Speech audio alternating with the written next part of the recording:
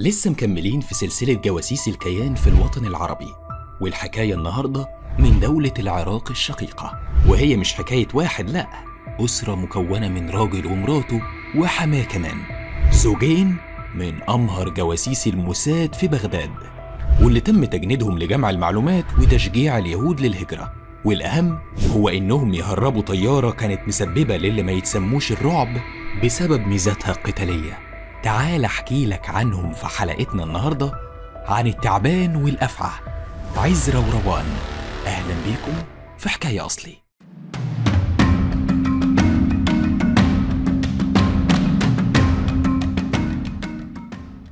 حكاية أصلي، الحكاية من أولها. اتولد عزرا ناجي زلخة سنة 1927 في مدينة الموصل شمال العراق، وحصل على شهادة متوسطة خلته يشتغل موظف أرشيف في وزارة التجارة في بغداد.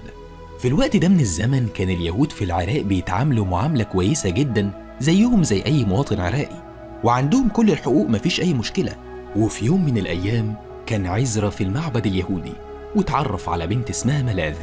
وملاذ كانت شغالة مدرسة وما كانتش على قدر كبير من الجمال، لكن رقتها في التعامل معاه خلته يحبها وتقوم بينهم قصة حب، وعزرا حبها من كل قلبه. وانتهت القصة بالجواز سنة 52، وعاشوا مع بعض حياة زوجية سعيدة. لكن السعادة دي انتهت بإصابة ملاذ بالحمى التيفودية اللي ما خدتش معاها وقت، وكانت ماتت بعد سنة واحدة بس من جوازهم. وعاش عزرا بعدها وحيد ومكتئب، وما كانش عنده سبيل إلا ذكرياته مع مراته اللي ما لحقوش يعيشوا سوا. جه صديق عزرا في الوقت ده ووقف جنبه علشان يخرجه من اللي هو فيه، ووداه يشتغل ويشغل وقته في مختبر طبي في فترة مسائية علشان الشغل ياخد حياته ووقته. لكن برضه فضل عنده وفاء كبير لزوجته، رغم ان كان في كذا فرصة يقرب من ستات كتير، بس هو كان بيرفض ده. وفي يوم من أيام الأعياد اليهودية اشترى شوية ورد وراح لقبر مراته يزورها في العيد، وفضل قاعد هناك لحد ما الذكريات حوطته، وسند على حيطة القبر وقعد يعيط كتير.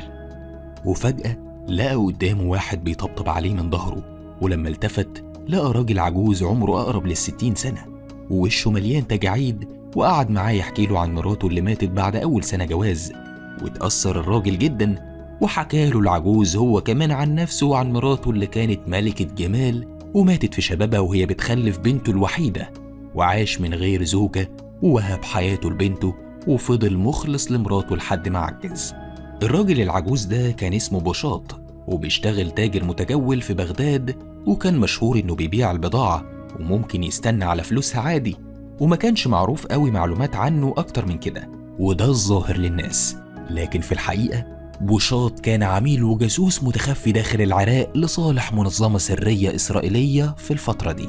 وبوشاط انضم للمنظمة دي في الأربعينات، وكانت مهمته بعد الانضمام ليهم هو جمع المعلومات عن فقراء اليهود في الأحياء الشعبية، يعني ظروف شغلهم، مستواهم، تعليمهم، وعددهم وكل ده. وطبعا اشتغل تاجر متجول علشان يقدر يعمل كل ده بسهولة، لأنه تاجر وبيدخل في أي مكان من غير شك. المهم يا سيدي، نشأت علاقة صداقة بين بوشاط وعزرا من وقت قعدة المقابر دي. وعزرا راح لبوشاط البيت في زيارة صغيرة كده، لكن بوشاط استقبله استقبال حافل جدا وكمية ترحاب عظيمة، ونده على بنته اللي كان اسمها روان علشان يعرفها على عزرا. والراجل شاف البنت من هنا وحصل له عطل في مخه، وما كانش مستوعب هو في حد بالجمال ده ازاي، لدرجة انه فضل مركز معاها كأنه مش سامع ابوها اصلا من كتر ما كانت جميلة فعلا. جمال البنت نساه مراته اللي ماتت ونساه نفسه، ولما رجع بيته ما كانش بيفكر غير فيها اساسا. وبعد كام يوم زار عزرا بوشاط تاني، بس المرة دي كانت روان لوحدها وبوشاط لسه مرجعش، وروان قالت له يدخل يستناه. طبعا دخل وقعد قدامها ناسي الكلام اساسا، وعمال يبصلها بس لحد ما استجمع قوته وقال لها تتجوزيني. ضحكت بكسوف وقالت له ان الموضوع في ايد ابوها. وماله يا سلام، ده انا عينيا. ولما بوشاط جه قال له انا طالب ايد بنتك يا حاج، ايه رايك في الموضوع ده؟ بس بوشاط ضحك بسخريه كده وقال له انت حيلتك كام دينار علشان تدفع مهر بنتي يا ابني؟ فعزرا قال له انه معاه 1000 دينار وعنده شقته وشغال في الحكومه بمرتب كويس يعيشهم يعني. اما الراجل قال له لا، معلش، أنا دي بنتي الوحيدة ومهرها 10,000 دينار ما ينقصوش دينار واحد. اتصدم عزرا طبعا صدمة كبيرة، لأنه خلاص حب روان والمبلغ كان كبير عليه قوي، وقعد يفكر هيعمل ايه في المشكلة دي. وبعد كام يوم راح عزرا لبوشاط تاني وقال له خلاص أنا جمعت 2000 دينار واقبلهم مهر لروان. بوشاط سأله جبتهم منين دول؟ وعزرا قال له دي سلفة من الشغل وهتتخصم من مرتبي. لكن بوشاط برضه رفض، فعزرا قال له خلاص خدهم واكتب على نفسي صك ب2000 دينار تاني، والصك يعني وصل أمانة في لغتنا الحالية. بوشاط المرة دي وافق، لكنه غير الشرط بأن الصك يبقى 8000 دينار، وفي كمان شرط وهو إن عزرا يساعد بوشاط في إقناع اليهود اللي يعرفهم إنهم يهاجروا إسرائيل، وكل ما بذل مجهود أكبر وأقنع ناس أكتر هيجوزوا روان أسرع. طبعا عزرا وافق وقال ما كده كده مسألة هجرة اليهود دي واجب وطني ومش تضحية يعني ولا حاجة.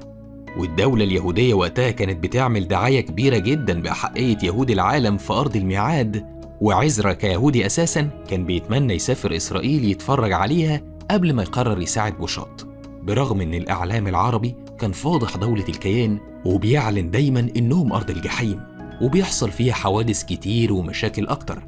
بس إسرائيل كانت بتكذب الإعلام وبتقول إنهم بيعملوا ده علشان الناس ما تهاجرش عندهم. وفي الوقت ده عزرا قدر يقنع 12 أسرة يهودية إنها تسافر الأراضي المحتلة، وكان بيوديهم إيران ومن إيران لإسرائيل، وده كان بيتم في شمال العراق بين الجبال والممرات اللي هناك، ويوصلوا الحدود الإيرانية، وبعدها بياخدهم كام ضابط من الحرس الحدود الإيراني ومعاهم ضباط الموساد الإسرائيلي برضه، لأن العلاقة بين إيران وإسرائيل كانت كويسة وقتها.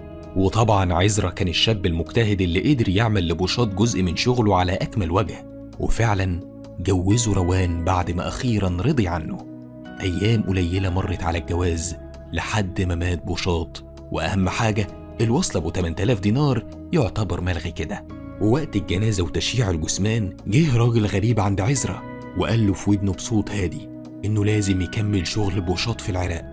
وعزرا قلق جدا وخاف من الراجل، ويا ترى هو عارف منين اللي كان بيعمله مع بوشاط. وروح البيت قلقان ووشه باين عليه، وروان سألته مالك؟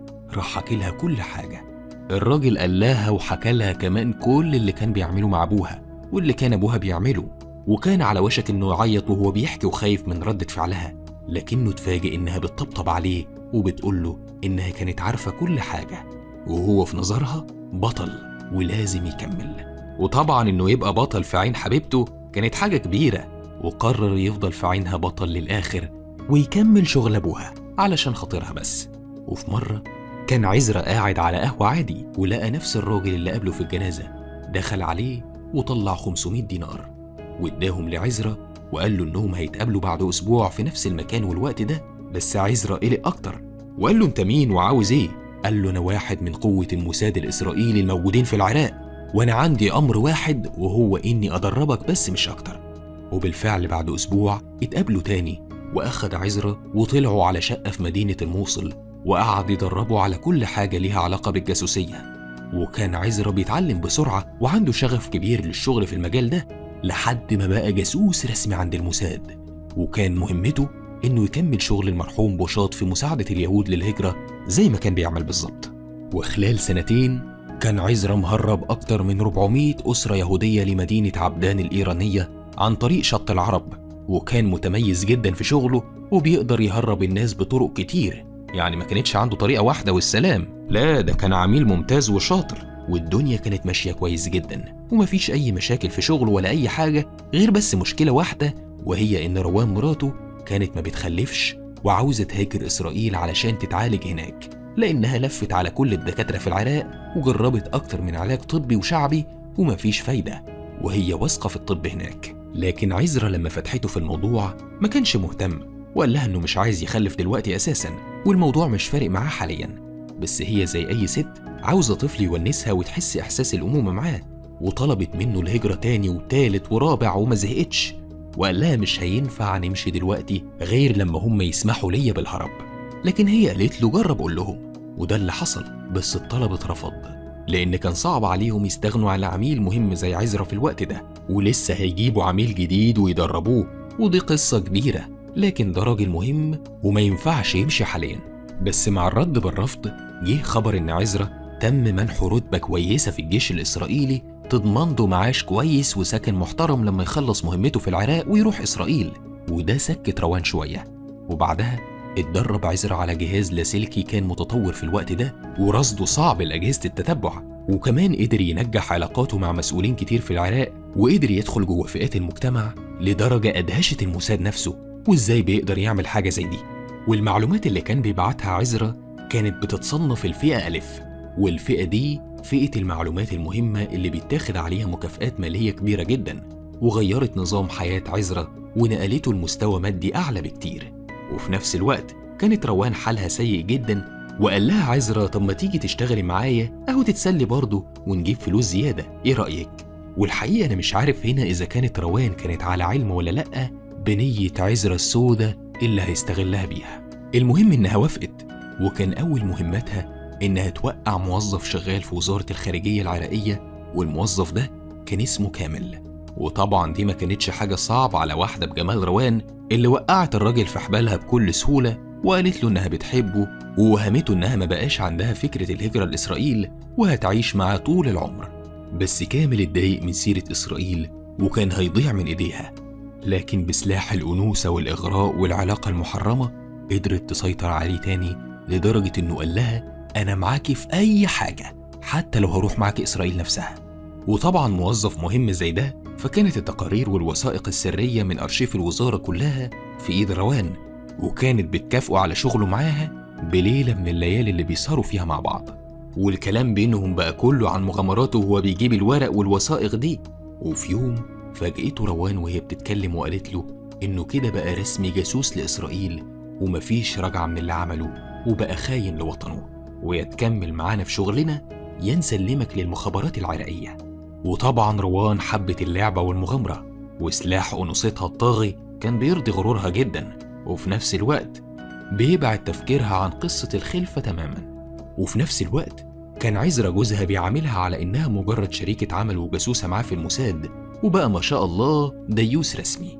بعدها طلب منها إنها تجند جارهم اللي كان شغال ملازم في مطار بغداد. طبعا روان ما تتوصاش في السلاح الأنثوي، وقدرت توقع الملازم زي ما وقعت اللي قبله بمنتهى السهولة، وخدت من خلاله المعلومات الأكثر سرية عن المطار وطيارات الشحن اللي فيها معدات عسكرية واللي بتنزل لها في أماكن خاصة، وأعداد الناس اللي بتيجي وتمشي، وأعداد الخبراء والسوفييت والتشيكيين اللي بيجوا وبيمشوا، الرحلات السرية لطيارة الرئاسة، وحاجات كتير من هذا القبيل. وطبعا كانت بتبعت لجوزها وجوزها يبعت لإسرائيل، وبقى العميل اللي قلبه حديد وما بيخافش مهما كان ومهما سمع عن سقوط جواسيس أو إعدامهم في العراق. وروان كمان خدت رتبة ملازم أول في جيش الاحتلال الإسرائيلي كمكافأة على جهودها. يا أخي تحس إنهم بيوزعوا الرتب كده بلا هدف، أنت راجل كويس يبقى أنت ظابط دلوقتي. والأسباب أمنية بحتة. اشترى عزرا بيت جديد في حي القزمة، والبيت كان ليه حديقة فيها أشجار كتير وباب بيودي المنطقة مهجورة، يعني الدنيا أمان جدا، لكن الزيارات من العملاء في الشبكة بتاعتهم. والبيت ده مع الوقت بقى غرفة عمليات خطيرة للموساد، وبتتم فيه عملية السيطرة والتخطيط على الناس اللي عاوزين يجندوهم. وفي 3 سنين بس من انخراط روان في الجاسوسية قدرت تجند 13 موظف في مواقع مهمة جدا، منهم اللي في الجيش العراقي، ومنهم في أمن المطار، و6 منهم في مناصب إدارية في الوزارات. كلهم وقعوا طبعا في شبكة روان اللي كان سلاح الإثارة والجسد بتاعها ما يتقاومش. وفي نفس الوقت قدرت روان تجند الدكتور حسين علي عبد الله، وده كان طبيب ونقيب في الجيش العراقي، وطبعا وقع في حبها بسهولة زي اللي فاتوا عادي جدا. لكن الفرق إن في وقت المساومة بينهم في ليلة من الليالي الرومانسية طلبت روان منه يسرب لها معلومات عن الجيش العراقي وكله بتمنه يعني. الراجل اتنفض وقام قعد يصرخ وهددها إنه هيبلغ عنها وهيقول كل حاجة للمخابرات العراقية وهيتسبب لها بالسجن والإعدام. بس روان طلعت سلاح تاني وكان تسجيلات من إياهم ليهم مع بعض وهددته بيها، لكن هو قال لها أنا مش فارق معايا التسجيلات دي كلها، اعملي اللي تعمليه. فقالت له طيب أنا معايا تسجيلات للمعلومات اللي انت قلتها ومستقبلك على المحك وفي إيدي حرفيا. لكن هو تهجم عليها وحاول يربطها علشان يسلمها، وقال لها إنه لما يسلمها هيترقى إنه سلم جاسوسة إسرائيلية. لكن وهو بيربطها كان عزرا دخل البيت وضربوا 6 رصاصات في جسمه ودفنوه في جنينة البيت، وبعدها بشروا شغلهم عادي جدا في إرسال التقارير وتجنيد الناس، لحد ما جت مهمة مستعجلة جدا عن طريق الراديو إنهم يجندوا طيار عسكري عراقي بأي تمن ويقنعوه يهرب بالطيارة ميج 21 لإسرائيل. والطيارة دي كان الاتحاد السوفيتي بعتها لمصر والعراق وسوريا، وإسرائيل كانت هتموت عليها. وبدأت رحلة البحث عن طيار خاين يقبل يهرب لإسرائيل بالطيارة اللي هم عاوزينها. وطبعا من الخونة العسكريين أعضاء الشبكة اتعرف عزرا على النقيب شاكر محمود يوسف اللي كان التحق بدورات تدريبية في موسكو ولندن لزيادة كفاءته كطيار لطيارة ميج 21. وعزرا وروان قابلوه في حفلة من الحفلات طبعا لتدبير منهم، وحاولت روان تطلع السلاح الأنثوي، لكن الطيار كان متجاهلها ومش مدي أي انتباه. وطبعا اتضايقت روان جدا، وازاي يعني راجل يرفضها، وشكت في أنوثتها ومدى تأثيرها، وقالت لعزرا إنها مش عاوزة تشتغل تاني وهتعتزل الشغل معاهم. راح عزرا قال لها انت زعلانة عشان الراجل كان متجاهلك؟ طب تعرفي إنه كان معجب بيكي جدا، بس ما اتكلمش عشان كان معاه مراته؟ لا راجل جدا الحقيقة. بعدها بفترة فعلا بدأ التواصل والاتصالات بين النقيب شاكر وروان، وكانت قربت تسترجع ثقتها في نفسها وأنوثتها وتوقع النقيب في شباكها. في الوقت ده النقيب شاكر سافر أمريكا علشان ياخد دورة في قيادة التشكيل في تكساس، وطبعا بلغ عزرا الموساد إن النقيب سافر أمريكا. وهنا المخابرات الأمريكية CIA رتبت الموضوع كله وبعتت للنقيب شاكر بنت اسمها كروثر، كانت جميلة جدا وكانت بتشتغل وقتها مشرفة في نادي الطيارين الشرقيين في قاعدة التدريب الجوية في تكساس. وطبعا حاولت توقع شاكر ووقع فعلا، وطلب منها انهم يقضوا الوقت سوا في امريكا بس مش اكتر، وهي كانت عاوزة تتجوزه علشان تكمل الخطة، وهو رفض لانه راجل متجوز وبيحب مراته، لكن عادي يخونها، انما يتجوز عليها ما يصحش. وكمان كان ممنوع على العسكريين العرب انهم يتجوزوا من اجانب، وده ان دل على شيء يدل على ان الموساد والCIA كان عندهم جهل كبير بتعليمات العسكريين العرب مهما كان عندهم جواسيس.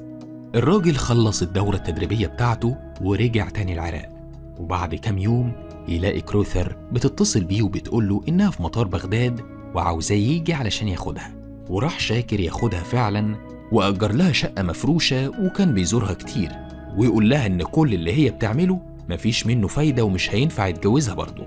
بس كروثر كانت زهقت منه ومن رفضه الدايم، وقالت إن السكة دي مش هتنفع معاه، ودخلت من حتة تانية خالص وقالت إنها شغالة في منظمة السلام العالمية ومهتمة بنشر السلام في العالم كله.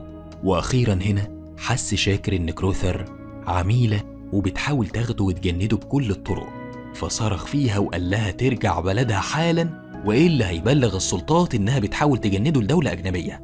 وفعلا بلغت كروثر الCIA بكل اللي حصل واللي قاله شاكر، وطلبت منهم إنهم لازم يحطوا خطة لتصفيته في أسرع وقت ممكن خوفا من فضيحة العملية ويكتشفوا النوايا الأمريكية الإسرائيلية.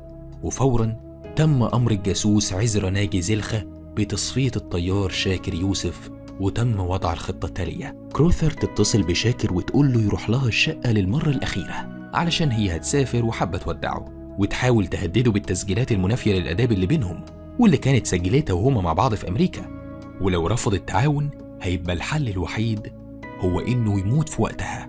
ووصل شاكر شقة كروثر بالفعل ودخل الشقة، وأول ما دخل بدأت تهدده بالتسجيلات وتقول له إنها هتفضحه وتضيع مستقبله كله لو ما تعاونش معاهم.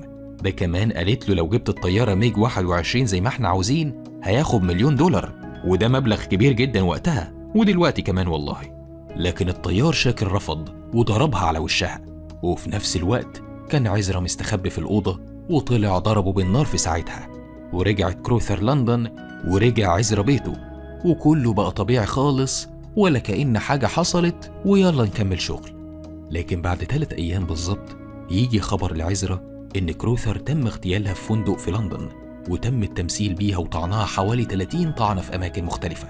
وهنا عزرا خاف وكان حاسس إن موتها كان مدبر من الCIA وإن الدور الجاي عليه علشان يدفنوا اللي حصل مع النقيب شاكر ومحدش يتكلم عنه. وفي نفس الوقت في يوليو سنة 65 تم اكتشاف جثة النقيب شاكر يوسف من قبل السلطات العراقية، وخاف عزرا من كشف الموضوع ده فعطل جهاز اللاسلكي واستخبى هو وروان في بيت وما كانوش بيخرجوا منه إلا للضرورة. وبعد احتفالات رأس السنة وتحديدا 7 يناير سنة 66 وقعت واتكشفت شبكة الجاسوسية اللي كان مجندها عزرا، وده بعد سيطرة حزب البعث العراقي على الحكم. والمخابرات العراقية بدأت البحث عن الجاسوس عزرا ومراته روان، وده بعد ما شبكتهم اتمسكت واتحقق معاهم واعترفوا عليهم. وبالفعل تم القبض على روان في الشقة الجديدة اللي خدوها علشان يستخبوا فيها، واعترفت على نفسها إنها جاسوسة في الموساد الإسرائيلي، وإنها جندت شبه جيش صغير يهود وعراقيين في العراق بكل سهولة. وقالت لهم على مكان جثة الدكتور حسين علي اللي دفنوها في جنينة بيتهم القديم. مركز معايا ولا تهت مني؟ وقالت كمان على مخبأ سري كان موجود في البيت بتاعهم، ولو أجهزة اللاسلكي وكتب الشفرة والأفلام إياها اللي تم تسجيلها للجواسيس اللي كانوا معاهم كلهم، ولقوا تقارير ومستندات كتير جدا كان عزرا ناوي يبعتها للموساد بس ملحقش. وطبعا تم الأمر إن عربيات الشرطة كلها تختفي من المكان علشان يعملوا كمين لعزرا، لأن روان لما اتقبض عليها في البيت قالت لهم إنه جاي في السكة ومش هيتأخر. وفعلا ما تأخرش، وبعد حوالي ربع ساعة دخل عزرا البيت علشان يلاقي جهاز المخابرات والشرطة العراقية والجماعة كلهم قاعدين مستنيينه جوه البيت، واتقبض عليه واعترف بكل حاجة عملها في مدة جاسوسيته اللي هي 10 سنين كاملين. وبعدها تم القبض على جيش جواسيس كامل جوه العراق، وتم الحكم على عزرا وروان بالإعدام شنقا، ومعاهم 9 جواسيس كمان غيرهم. وتم الحكم على 5 جواسيس كانوا عسكريين بالإعدام رميا برصاص. وتم تنفيذ الحكم على الجاسوس عزرا ناجي في ساحة التحرير في بغداد، واتفرج على الإعدام حوالي 200,000 شخص عراقي. وهنا ينتهي عزرا ومراته، وتنتهي أكبر شبكة جاسوسية تم زرعها من اللي ما يتسموش داخل العراق. بس يا سيدي أنا كده خلصت، وطبعا كالعادة مستني آرائكم واقتراحاتكم، وأنا بقى هقابلكم في الحلقة الجاية، وإلى أن نلتقي لكم مني